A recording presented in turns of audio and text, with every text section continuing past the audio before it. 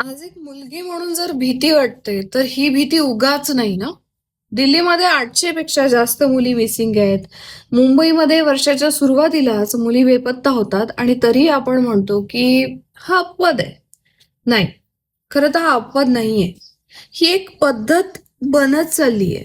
आज जेव्हा इप्स्टीन फाईल समोर येतं ना, ती आल्यावर लहान लहान 5-6 वर्षांच्या मुलीचे फोटो बघून जर कोणाचं काळीज हलत नसेल, तर समस्या देशात नाही, समस्या माणुसकीत आहे. नेहमी भारतावर बोट दाखवणारे लोक म्हणतात, भारत महिलांसाठी सुरक्षित नाही.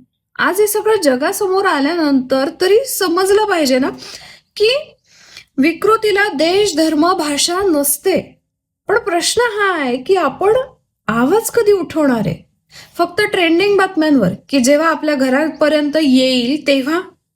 मुलींची सुरक्षितता हा विषय पोस्ट पुरता नाहीये, तो जबाबदारीचा आहे, तो जागृतीचा आहे आणि तो आत्ताच हातात घ्यायचा आहे. कारण एकही मुलगी असुरक्षित असेल तर समाज स्वतःला सभ्य म्हणून घेण्याचा हक्क गमावतो. त्या मुलीसाठी मी म्हणेल की तू लढ. तुझ्यासाठी कोणाची वाट पाहू नको. तूच उभी राहा, कोणाच्या मदतीची अपेक्षा ठेवू नको.